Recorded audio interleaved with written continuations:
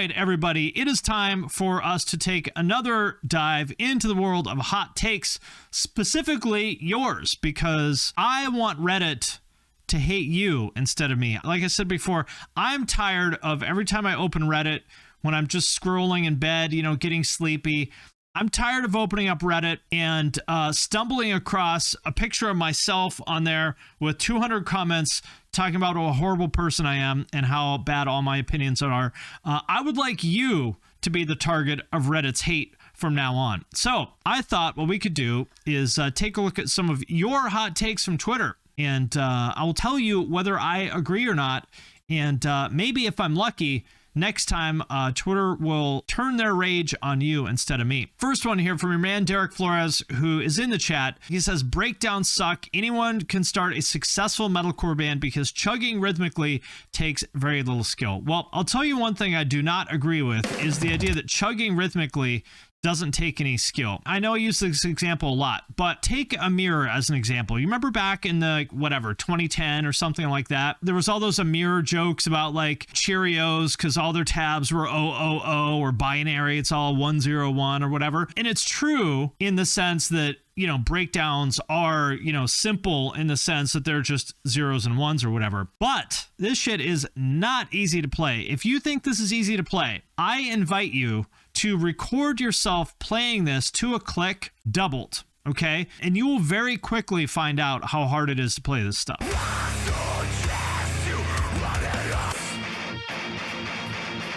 This is deceptively hard to play. This tight is hard.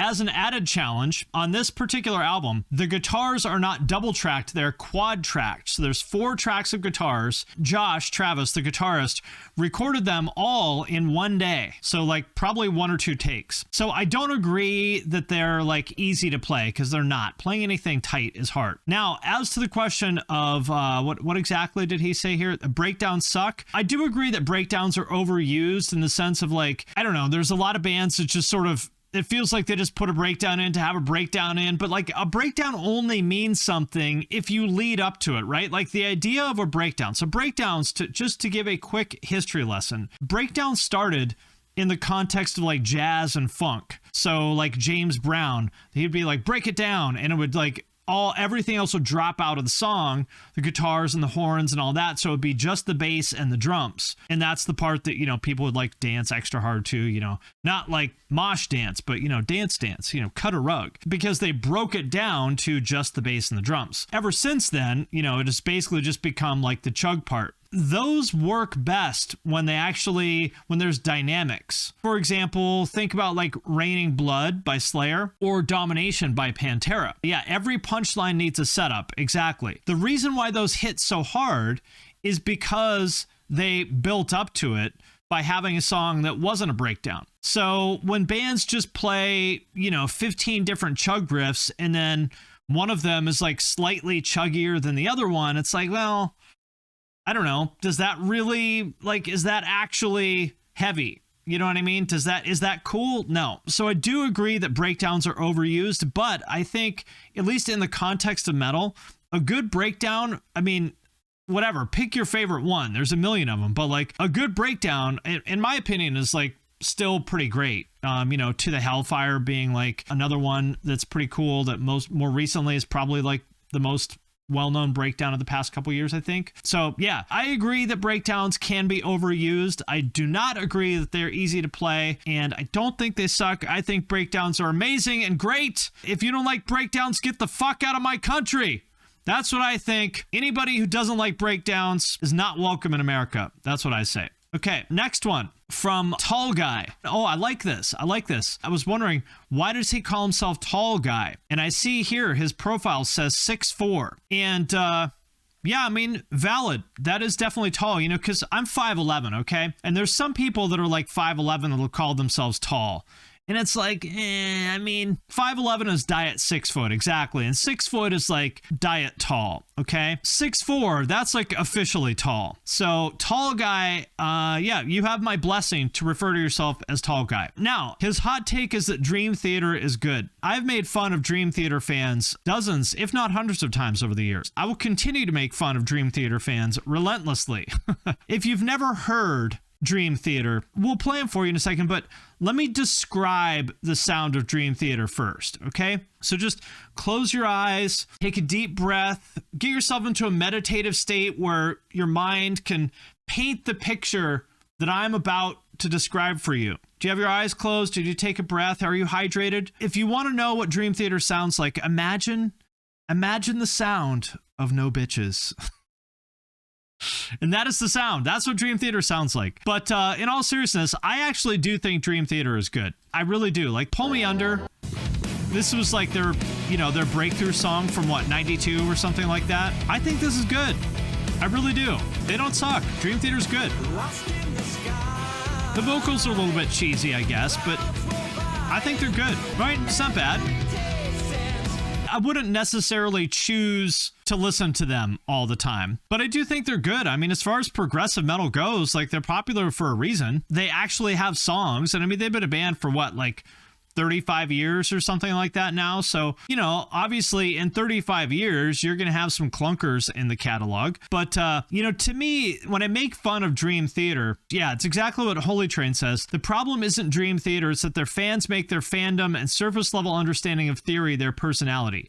That's what it is. It's like, it's not that deep, man. Like, they're a metal band that goes chugga chugga, wheedly wheedly. And like, if you like that, that's totally cool. I think, you know, nothing wrong with that. You can like whatever you like, but it's just this sort of like pretentiousness of the fans that think that just because they listen to this music that, you know, uses deliberately unconventional time signatures, that somehow that makes their opinions on anything more valid. Again, the only thing that your opinion is more valid on, let me put it this way. If I want some advice on how to deal with prolonged periods of celibacy, well, I know where to go. Feel like we could do one of those man on street videos, going to Dream Theater show, interviewing them like, excuse me, could we ask you a few questions? Yeah, here with Punk Rock MBA. Just want to know, as a man who's gone over 6 months without touching a tit, what's your best tip for dealing with the crushing loneliness of knowing that a woman hasn't so much as locked eyes with you in the better part of a year? How do you deal with it?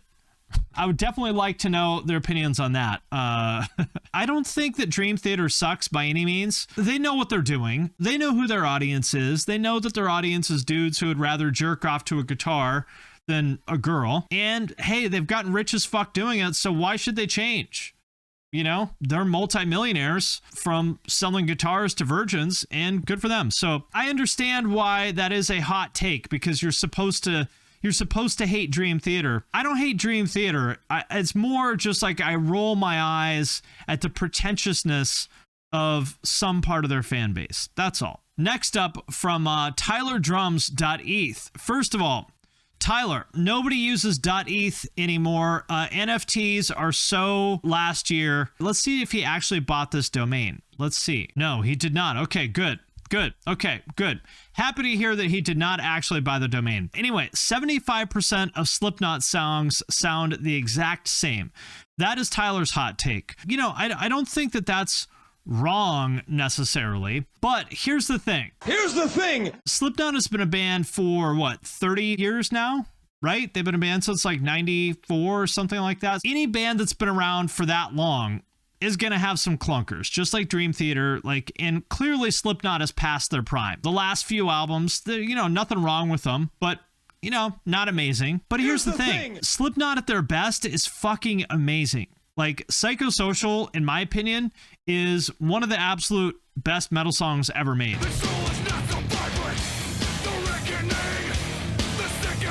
This song's a fucking 10 out of 10, in my opinion. Love it.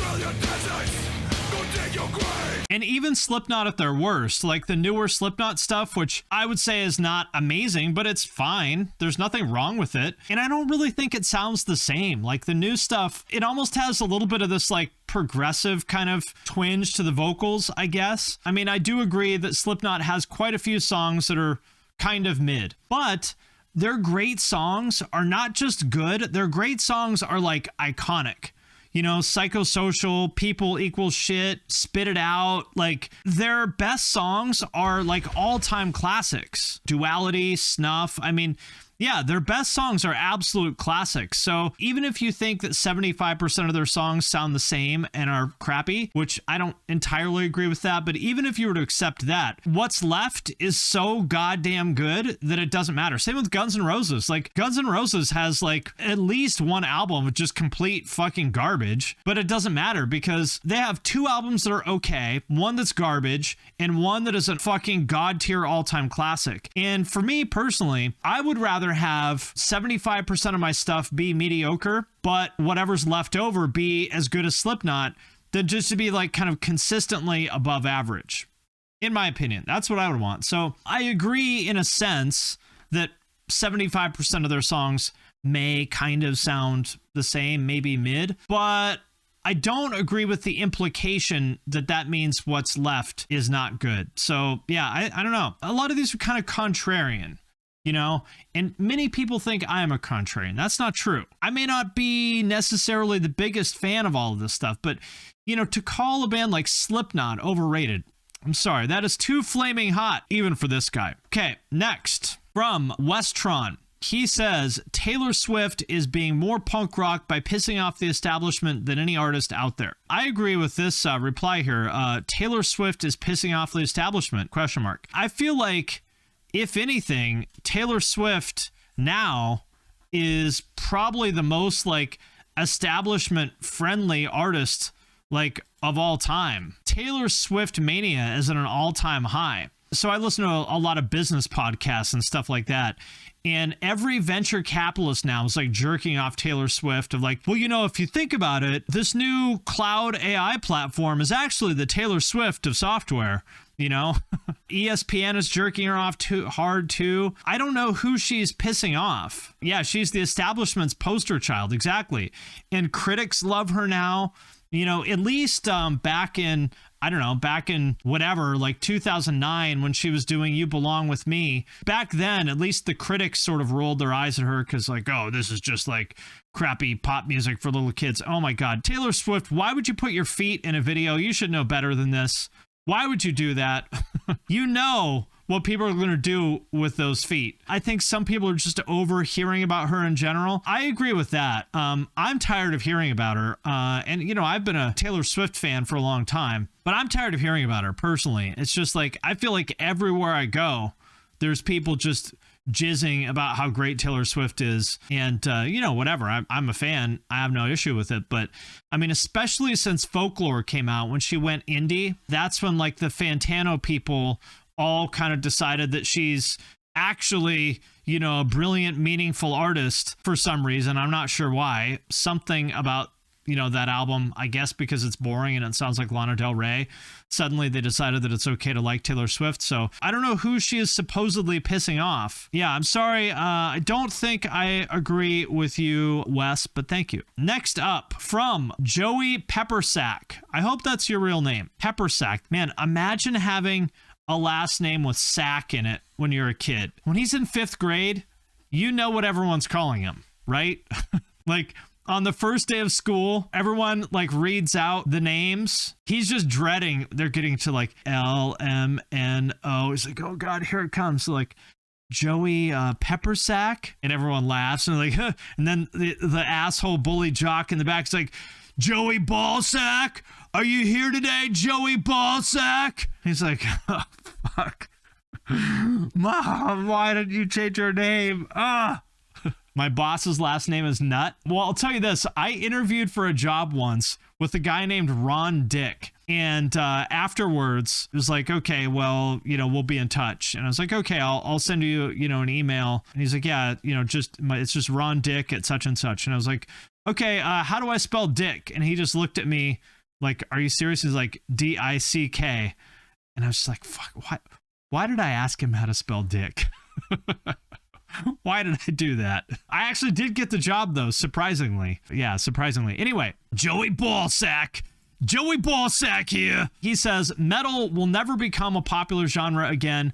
The public's interests have been moving away from rock for years, and soon financial hardships will kill any exciting bands out there. I mean, I've talked about this a million times.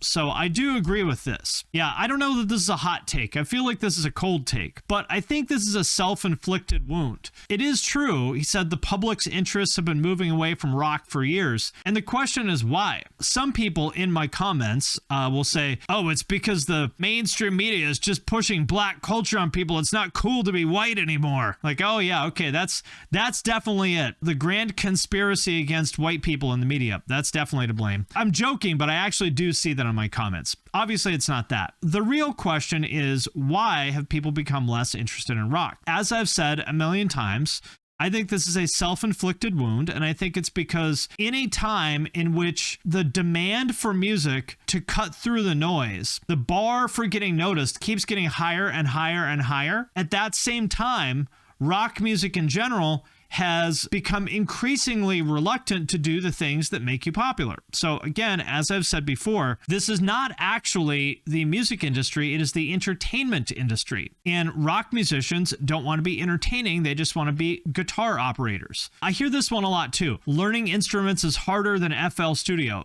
That's false. Have you ever tried to learn a DAW?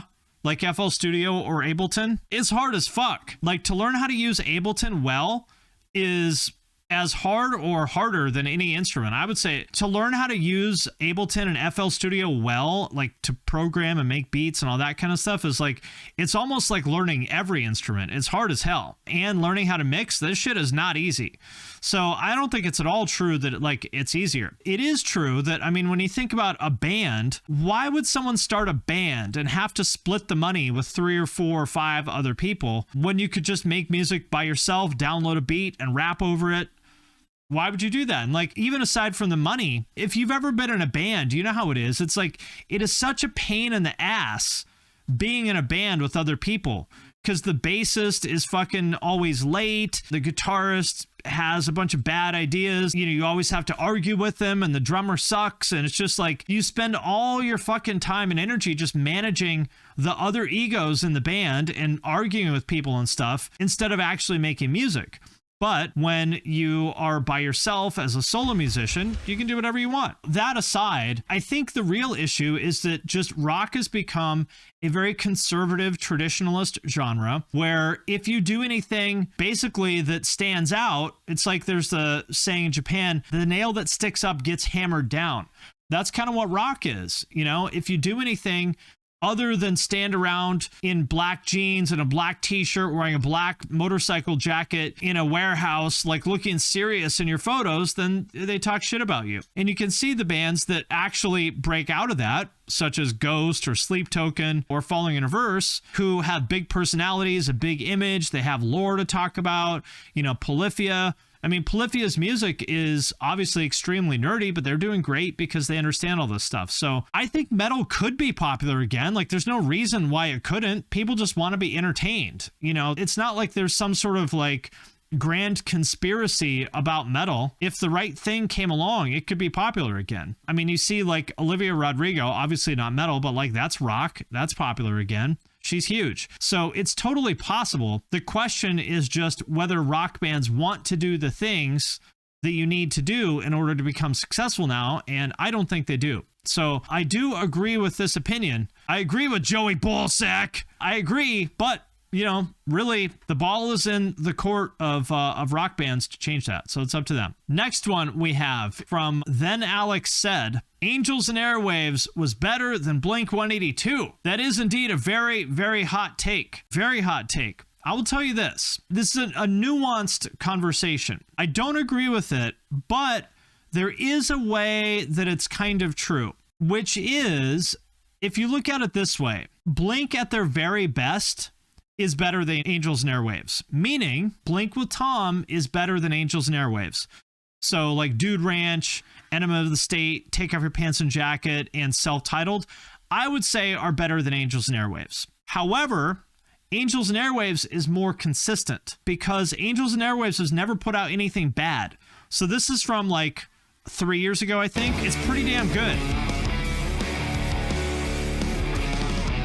Yeah, even at their worst, Angels and Airwaves is still pretty damn good. I suppose it depends on how you look at it. Angels and Airwaves is the U2 of pop punk. It definitely is. I mean, 99.9% of the time, when you see a punk band, when they get the hollow body guitars and the delay pedals, you're like, ugh. It's the beginning of the end.